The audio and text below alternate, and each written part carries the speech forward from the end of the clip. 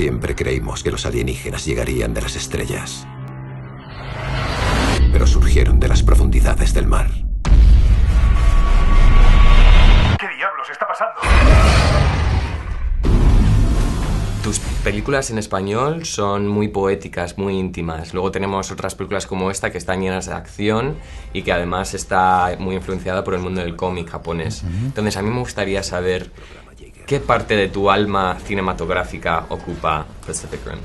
Bueno, yo creo que las dos vertientes son completamente genuinas en mí. Hellboy 2, Pacific Rim, Hellboy 1, las películas como de espectáculo enloquecido, de desfile de monstruos, creación de un mundo audiovisual muy enloquecido, o la cosa más íntima como El Laberinto, El Espinazo, Cronos y todo eso, son igualmente reales los dos.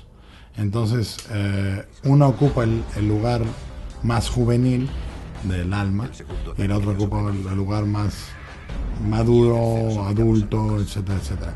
Pero aún en Pacific Rim hay momentos muy muy bellos y muy poéticos, como el flashback a la infancia de Mako, que es completamente único, de sabor. ¿Hacia dónde se dirige como director?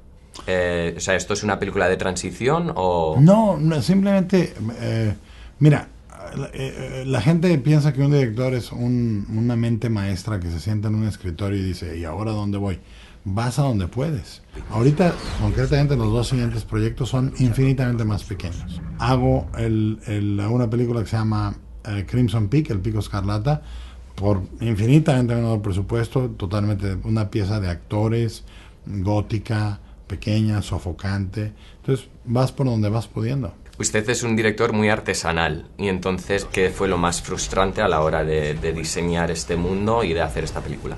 Frustrante, realmente nada. Es muy difícil porque cuando se habla de más de 180 millones de dólares, la gente cree que eso quiere decir un presupuesto ilimitado.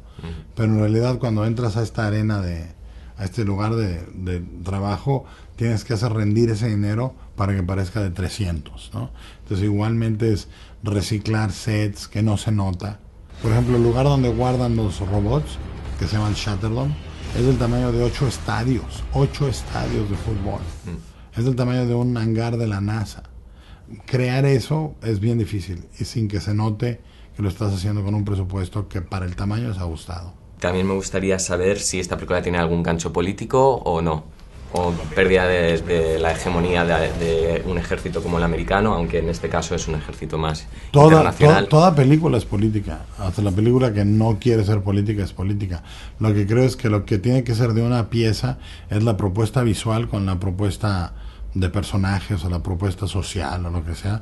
La película, si fuera una película con una estética triunfalista, sobre un ejército triunfalista, sobre una ideología triunfalista y un solo país salvando al mundo, eso es una película.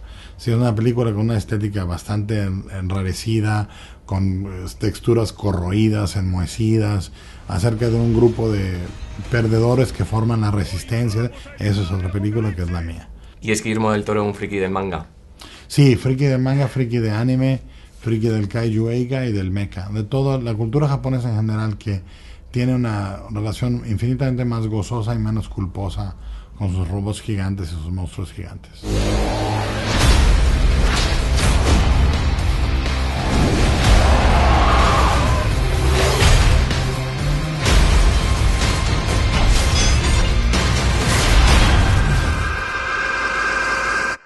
Sí que mola.